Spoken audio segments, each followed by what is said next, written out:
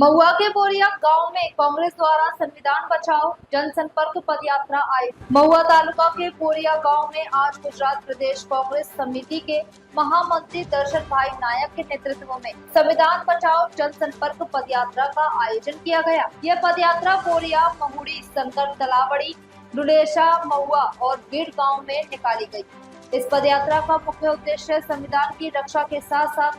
जल, जंगल, जमीन के अधिकार, पैसा एक्ट का क्रियान्वयन, आरक्षण, युवाओं को रोजगार, महिला सुरक्षा, मनरेगा योजना का पूर्ण अमल और बदहाल स्वास्थ्य व्यवस्था जैसे अनेक जनहित के मुद्दों पर लोगों को जागरूक करना था।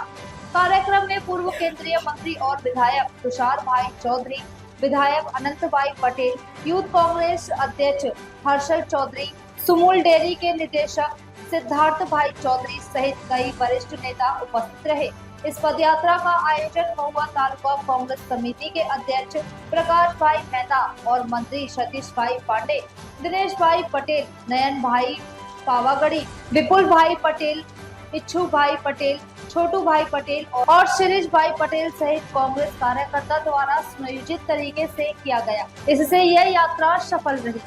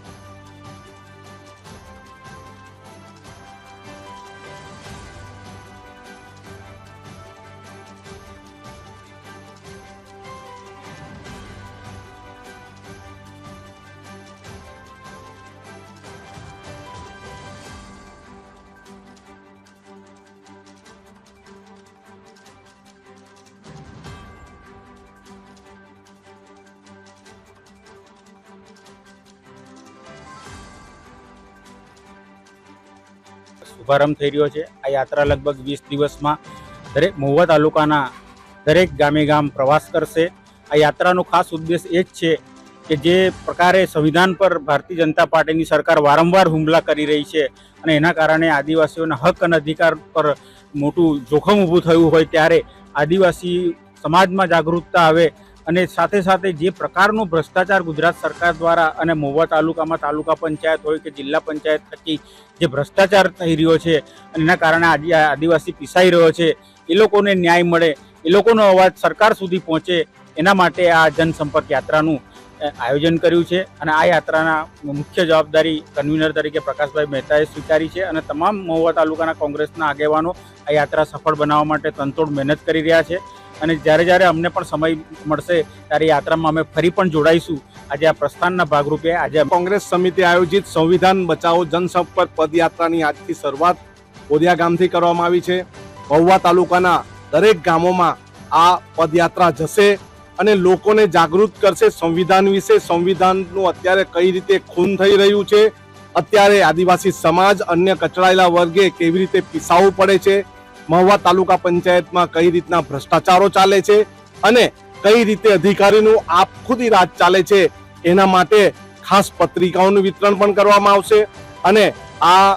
સમગ્ર કાર્યક્રમમાં જ્યારે અમારી જરૂર પડશે ત્યારે અમે પણ એમાં ભાગ લઈશું અને આ બરાબર એ લોકોને જાગૃત જાગૃતિ લાવવા માટે અને આ પંચાયત, આ ગ્રામ પંચાયત કે આ તાલુકા પંચાયત કે આ જિલ્લા પંચાયતના થયેલા કામો અને જે કામો, જે યોજનાઓ, એ યોજનાઓ ફક્ત ને ફક્ત એમના મળતિયાઓ સુધી જ પહોંચે છે અને ખરેખર જે લાભાર્થીઓ સુધી પહોંચવી જોઈએ એમને નથી પહોંચતી અને તેની અંદર ખૂબ ભ્રષ્ટાચાર થાય છે. એટલે એ ઉજાગર કરવા માટે લોકોને ખરેખર આ યોજના જે બની છે લોકો માટે, પણ એ ફક્ત ને ફક્ત એ લોકોના માણસોમાં જ એ યોજનાનો ઉપયોગ કરી અને એમાં ખૂબ મોટા મોટા ભ્રષ્ટાચારો થઈ રહ્યા છે. એ લોકોને જાગૃત કરવા માટે આ પદયાત્રાનું આયોજન કર્યું છે અને આવનારા દિવસોમાં આપણે તાલુકા પંચાયતની ચૂંટણી, જિલ્લા પંચાયતની ચૂંટણીઓ આવે છે. એ ચૂંટણીની અંદર જો આપણે વિકાસના કામો આપણા લોકોના વચ્ચે સાચા કામો કરાવવા હશે